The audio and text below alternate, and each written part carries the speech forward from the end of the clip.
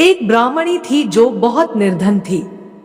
भिक्षा मांगकर जीवन यापन करती थी। एक समय ऐसा आया कि 5 दिन तक उसे भिक्षा नहीं मिली। वह प्रतिदिन पानी पीकर भगवान का नाम लेकर सो जाती थी। 6वें दिन उसे भिक्षा में 2 मुट्ठी चना मिले। कुटिया पे पहुंचते पहुंचते रात हो गई। ब्राह्मणी ने सोचा अब ये चने रात में नहीं खाऊंगी, प्रातः काल वासुदेव को भोग लगाकर तब खाऊंगी। यह सोचकर ब्राह्मणी ने चनों को कपड़े में बांधकर रख दिया और वासुदेव का नाम जपते पते सो गई। देखिए समय का खेल। कहते हैं पुरुष बली नहीं होत है, समय होत बलवान। ब्राह्मणी के सोने के बाद कुछ चोर चोरी करने के लिए उसकी कुटिया में आ गए। इधर उधर बहुत ढूंढा, चोरों को वह चनों की बंधी पोटली मिल गई। चोरों ने समझा इसमें सोने के सिक्के हैं। इतने में ब्राह्मणी जाग गई और शोर मचाने लगी। गांव के सारे लोग चोरों को पकड़ने के लिए दौड़े। चोर वह चने से भरी कपड़े की पोटली लेकर भागे। पकड़े जाने के डर से सारे चोर संदीपनी मुनि के आश्रम में छिप गए।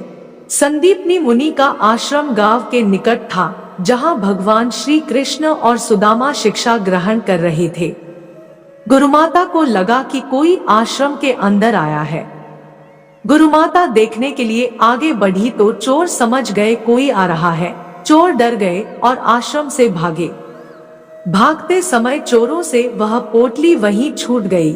इधर भूख से व्याकुल ब्राह्मणी ने जब जाना कि उसकी चने की पोटली चोर उठा ले गए, तो ब्राह्मणी ने श्राप दे दिया कि मुझ दीनहीन असहाय के जो भी चने खाएगा वह दरिद्र हो जाएगा।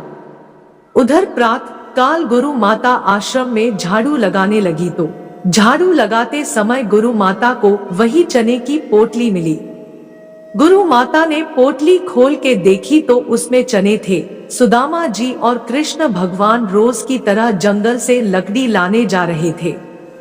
गुरु माता ने वह चने की पोटली सुदामा जी को दे दी और कहा, बेटा जब वन में भूख लगे तो दोनों लोग यह चने खा लेना। सुदामा जी जन्मजात ब्रह्मज्ञानी थे। जो ही चने की पोटली सुदामा जी ने हाथ में लिया त्यों ही उन्हें सारा रहस्य मालूम हो गया। सुदामा जी ने सोचा, गुरु माता ने कहा है यह चने दोनों लोग बराबर बांट के खाना, लेकिन ये चने अगर मैंने त्रिभुवनपति श्री कृष्ण को खिला दिए तो सारी सृष्टि दरिद्र हो जाएगी। नहीं नहीं, मैं ऐसा नहीं करूंगा। मेरे जीवित रहते मेरे प्रभु दरिद्र हो जाएं, मैं ऐसा कदापि नहीं करूंगा। मैं ये चने स्वयं खा जाऊंगा, लेकिन कृष्ण को नहीं खाने दूंगा। और सुदामा जी ने सारे चने खुद खा लिए। दरिद्रता का श्राप सुदामा जी ने स्वयं ले लिया चने खाकर, लेकिन अपने मित्र श्री कृष्ण को एक भी दाना चना नहीं दिया।